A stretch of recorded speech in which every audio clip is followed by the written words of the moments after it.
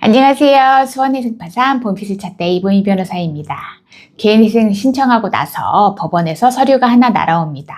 보전공고. 처음 받아보시는 분들 솔직히 말씀드리면 거의 대부분 당황하십니다. 내가 뭘 잘못했나, 이거 기각되는 건가, 이런 생각부터 드시죠. 오늘은 그 보전공고가 정확히 무엇인지, 어떤 내용이 들어오는지, 그리고 어떻게 대응해야 불이익을 최소화할 수 있는지를 실무적 관점에서 명확하게 짚어드리겠습니다. 끝까지 보시면 보전공고 때문에 흔들릴 일 없습니다.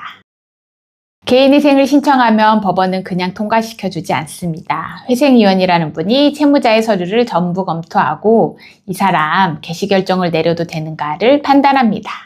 그런데 처음 제출한 서류만으로는 판단이 어려울 때가 많습니다. 돈이 어디서 왔고 어디로 나갔는지, 재산은 얼마나 되는지, 생활비는 합당한 수준인지, 이 부족한 부분을 채워달라고 요청하는 문서가 바로 보전공고입니다. 쉽게 정리하면 이렇습니다. 보전공고란 법원이 채무자에게 보내는 공식 질문지인 것입니다.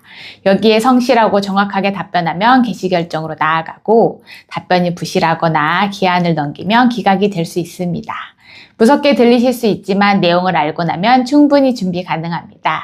하나씩 살펴보겠습니다. 주로 나오는 보전공고 5가지 항목에 대해 설명드리겠습니다. 먼저 최근 채무 사용처 소명입니다. 법원이 가장 먼저 들여다보는 항목인데요. 최근 1년 이내에 빌린 돈 어디에 썼습니까? 라는 질문을 합니다. 법원은 신청서에 기재된 채권 목록을 보고 이 대출 언제 받은 거지? 최근이네? 라고 표시한 뒤 그 돈의 흐름을 소명하라고 요청합니다. 예를 들어 1월에 1,000만 원을 대출받았다면 그 1,000만 원이 어디에 쓰였는지 항목별로 표를 만들어서 제출해야 됩니다. 카드 대금 납부, 병원비, 생활비 이런 식으로요. 핵심은 합계를 맞추는 것입니다. 들어온 금액과 나간 금액이 일치해야 소명이 완성됩니다.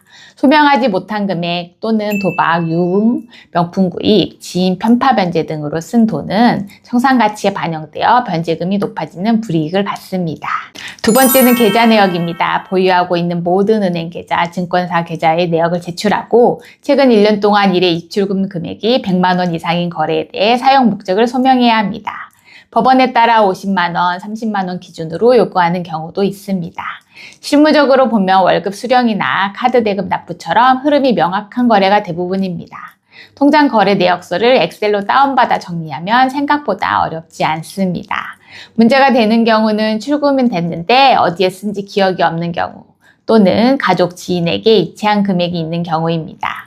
이 부분은 청산가치 반영의 대상이 될 수 있으니 주의가 필요합니다. 세 번째는 카드 사용 내역입니다. 보유한 모든 신용카드에서 최근 1년 동안 1회 결제 금액 50만 원 이상인 건을 소명해야 합니다. 경우에 따라 50만 원 금액 이하의 경우를 소명하라고 요구받는 경우도 있습니다. 의외로 이 항목을 무서워하시는 분들이 많은데요. 실제로 한 번에 50만 원 이상 카드를 긁는 경우는 그렇게 많지 않습니다. 자녀 학원비, 병원비, 보험료, 세금 납부 정도가 주를 이루고 이런 건 소명도 어렵지 않습니다. 다만 사용처가 불분명하거나 유흥, 도박, 명품 관련 결제는 청산가치에 반영될 수 있으니 주의하셔야 합니다. 네 번째는 채무자 본인과 배우자의 소득 확인입니다. 근로소득 원청징 수령수준, 급여명세서, 소득금액 증명원 등을 제출합니다. 왜 배우자 소득까지 보냐고요? 변제금은 소득에서 생계비를 뺀 가용소득으로 결정되는데요. 생계비를 결정할 때 부양가족 수가 가장 중요합니다. 따라서 법원은 배우자도 일할 능력이 있다고 보기 때문에 배우자 소득에 따라 부양가족 공제 인원이 달라질 수 있습니다. 배우자에게 페널티를 주는 게 아닙니다. 이 가정의 실제 형편을 파악해서 적정한 변제금을 산정하기 위한 절차입니다. 다섯 번째는 최근 5년간 출입국 기록과 재산 처분 내역입니다. 해외여행 기록이 있다면 출국 전후 계좌 출금 내역을 함께 제출해야 합니다. 업무 출장은 문제없지만 관광 목적의 해외여행 중 고액 지출은 사치탕진으로 간주돼 청산가치에 반영될 수 있습니다.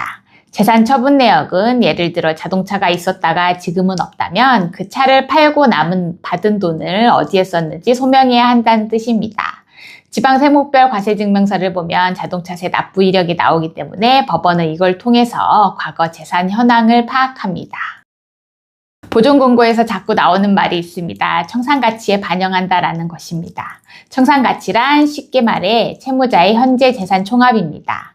자동차, 예금, 주식 잔액, 부동산에서 담보대출을 뺀 금액 등이 여기에 포함됩니다.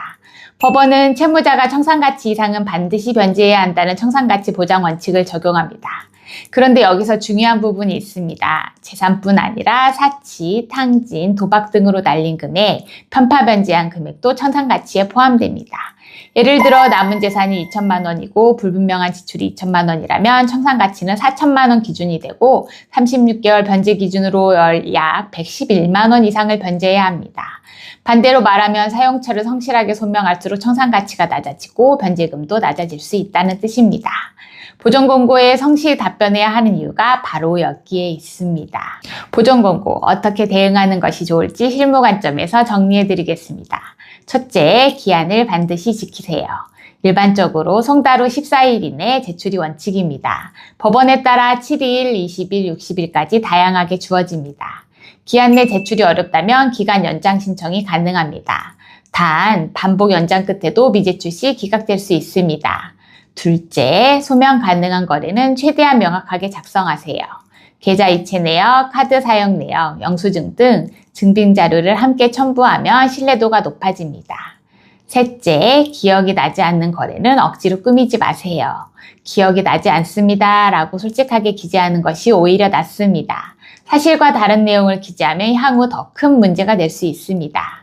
넷째, 보존공고가 기각 통보는 절대 아니라는 점을 기억하세요. 이 서류를 받았다고 해서 회생 절차가 끝난 게 아닙니다. 성실하게 답변하면 대부분 개시 결정으로 나아갑니다.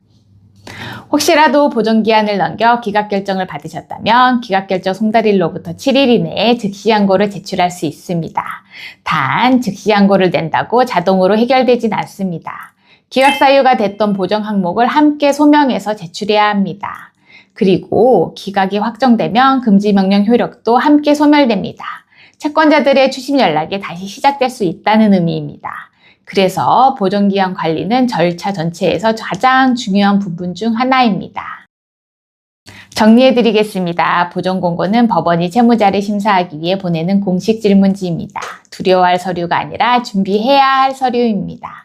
최근 채무 사용처, 계좌 내역, 카드 내역, 소득 소명, 출입국 및 재산 처분 이 5가지를 기한 내에 성실하게 제출하면 개시 결정까지 무리 없이 진행되니까 너무 걱정하지 않으셔도 됩니다. 오늘 준비한 내용은 여기까지고요. 도움이 되셨다면 구독과 좋아요 부탁드립니다. 이상 여러분의 일상에 다시 봄빛을 드리고픈 변호사 이봄이었고요. 다음 영상에서 찾아뵙겠습니다. 시청해주셔서 감사합니다.